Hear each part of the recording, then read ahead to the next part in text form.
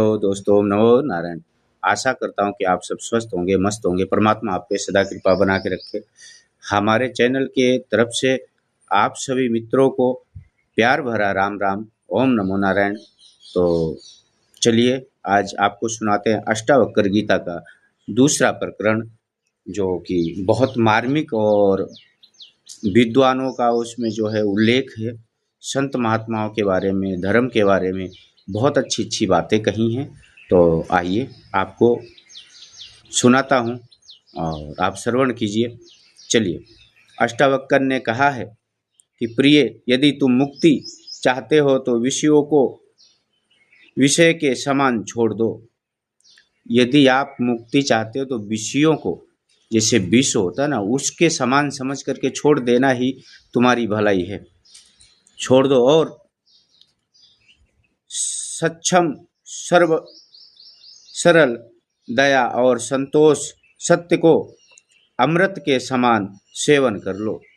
बोले जो सत्य है, दयावान है, ये इसको आप अमृत के समान समझ करके अगर इसका पान करते हैं तो आपके जो इस डर जो बैठा हुआ है कि 7वें दिन क्या होगा, हमारा ये प्रिय छूट जाएगा, वो ये सब त्याग करके आप परमात्मा के चरणों में चित्त लगाइए।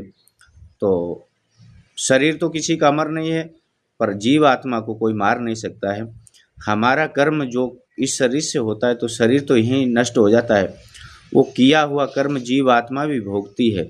अनेकों योनियों में जाकर के 84 लाख योनियों में जाना पड़ता है, उसके बाद में मानव जीवन मिलता है।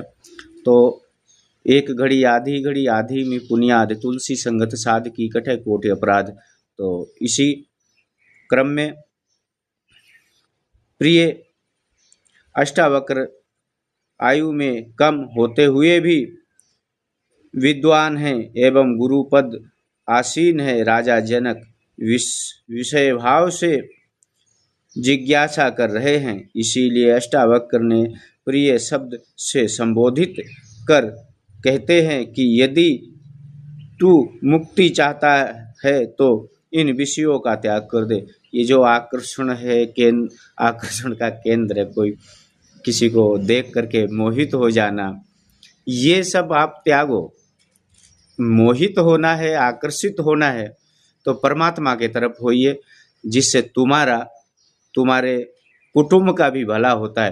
कहते अगर एक भगत परिवार में पैदा हो जाए तो 7 पीढ़ियों को तार देता है। भगवान का एक भी भगत अगर परिवार में कोई जन्म ले लेता है तो 7 पीढ़ियों का तरण हो जाता है। तो आप अपने पीढ़ियों का तरण का माध्यम बने, ना कि नरक का माध्यम ना बने। विषयों के को विषय समान छोड़ दें। एक ही वाक्य में वैराग्य का रहस्य प्रकट कर दिया। इंद्रियों द्वारा भोगे जाने वाले विषयों में आसक्त होना ही मनुष्य को आत्मज्ञान से वंचित कर देता है। जो हम विषय भोगों में पड़ जाते हैं, संसार के भोगों में पड़ जाते हैं, ये हमको भटका देता है। जिस कार्य के लिए हम लोग आए हैं पृथ्वी पे, वो कार्य से हमको भिन्न कर देता है, अलग कर देता है। कहते मन बहुत चंचल होता है। भक्ति क्या है? मन को साधना ही भक्ति है। ऐसा कुछ नहीं है कि भक्ति आप कोई जंगल में जाके कर सकते हो, नहीं। यदि आपने अपने मन को, क्योंकि मन चंचल, मन चित चोर है, मन बहुत बेकार होता है, तो मन के कहे न चालिए। मन तो कहता है कि मेरे को अभी गुलाब जामुन चाहिए। एक बार क्या हुआ, एक संत थे तो उनका बड़ा मन कर रहा था कि गुलाब जामुन खाएं। तो वो तो भगवान के भक्त थे। अब वो बड़े टेंशन में आ गए, बोले यार ये अगर इस तरीके से मन करेगा तो फिर पता नहीं क्या क्या मांगेगा, तो हम कहाँ से देंगे, हम तो साधु महात्मा आदमी। नहीं मन माना, वो बार बार उधर ही घसीट के ले जाए गुलाब जामुन की तरफ। तो महाराज गए एक दुकान पे, जो भी 2-4 रुपया पड़े थे उनके पास, दिए, बोले भाई 2 गुलाब जामुन दे दे। दुकानदार भी भगवान का सेवक था, नित्य प्रति जाकर के मंदिर में झाड़ू है, बहारू है, फूल बागीचों में पानी देना, भगवान की सेवा करना, साधु महात्माओं की सेवा करना। भगत था तो उसने पैसे ना लेकर के और महाराज को 2-4 गुलाब जामुन पकड़ा दी, प्याली में दे दिए, बोले लो महाराज खा लो।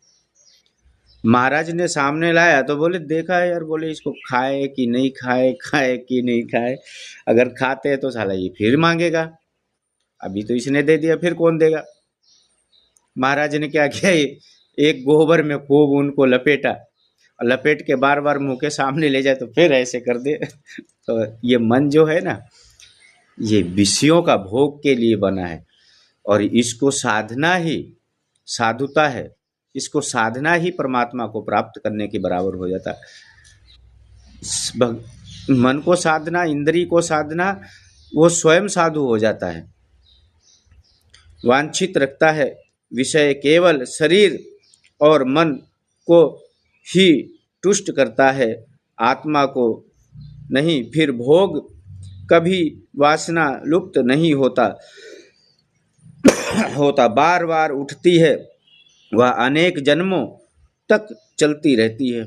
मैंने अभी आपको बताया ना, तो वो कभी मिटता नहीं, वो एक जन्म में नहीं, बार बार जितने भी बार आप जन्म लेंगे वही वासनाएं, वही भोग चलता ही रहता निरंतर, जिससे मनुष्य शरीर व मन ही नहीं है, वह चेतन आत्मा है। अंतः आत्मज्ञान की इच्छा रखने वाले को इन इंद्रियग्रस्त विषयों को विषय के समान समझकर छोड़ देना चाहिए। इन विषयों के प्रति आसक्ति ही मनुष्य के बार बार जन्म और मृत्यु का कारण होती है, मृत्यु का कारण बनती है। अंतः यह विषय के समान है, किंतु विषयों के छोड़ने मात्र से वह आत्मज्ञानी नहीं हो जाता, बल्कि इनमें से वह आत्मज्ञान का अधिकारी बन जाता है। आत्मज्ञानी तो नहीं हो जाता, पर आत्मज्ञान का अधिकारी हो जाता है। अच्छा, आप कहो डायरेक्ट तुम एसपी डीएसपी बन जाते, तो ऐसे थोड़ी नहीं, आपको पढ़ने का अधिकार दे दिया। जब आपका वहाँ नाम लिख जाता है स्कूल में, तो अधिकार हो गया पढ़ने का, आप पढ़ सकते हो। पर कहो आप स्कूल में जाते तुम डीएसपी बन जाओ, एसपी बन जाओ, तो ऐसा कुछ नहीं होता, वो अधिकार है। आप पहले और मेहनत करोगे तो आप जरूर सफल होगे, बन जाता है। इसमें से पात्र आ जाती है, पात्रता आ जाती है, बनने की पात्रता आ जाती है। विषयों को छोड़ने का अर्थ है उनके प्रति आसक्ति का त्याग है। विषय बंधन नहीं है, उनके प्रति जो आसक्ति है वही बंधन है। विषय बंधन नहीं है, आप उनको बंधन जब मानते हैं ना तो बंधन है। जैसे हम किसी चीज़ में अपने को सोच ले, एक घोड़ा था, वो घोड़े को क्या है, उसको रोज बंधने की आदत थी, तो मालिक खाली वो फिर जब आदत पड़ गई तो खाली ऐसे रस्सी दिखा देवे और फिर हटा के रख देवे, तो घोड़ा वहीं खड़ा रहे, तो वो सोचे कि मैं बंधा हूँ। तो वही आसक्ति आदमी के अंदर दुर्बलता लाती है। अगर किसी बंधन में है तो आपको वो दुर्बलता लाएगी कि बोले यार ऐसा करेंगे तो ये ऐसा नहीं नाराज हो जाए, ऐसा करेंगे तो ऐसा नहीं नाराज हो जाए, ये सब चलता रहता है। जिसे छोड़ने की बात अष्टावक्र कह रहे हैं। विषयों को छोड़ने का अर्थ खाना पीना, कपड़े, विरत आदि छोड़, बिस्तर आदि छोड़कर नग्न हो जाना व भूखे मरने से नहीं, बल्कि शरीर को जीवित रखने के लिए जो न्यूनतम आवश्यकताएं हैं उनसे अधिक का भोग न करने से, भोगों में आसक्ति होने से ही लोभ, मोह, क्रोध, ईश्वर दोष, घृणता, दुख, चिंता आदि अनेक अवगुण आते हैं और एक ऐसा दुष्ट कर्म बन जाता है जो जन्मांतर तक समाप्त नहीं होता। इसका मूल कारण एकमात्र आसक्ति का होना है।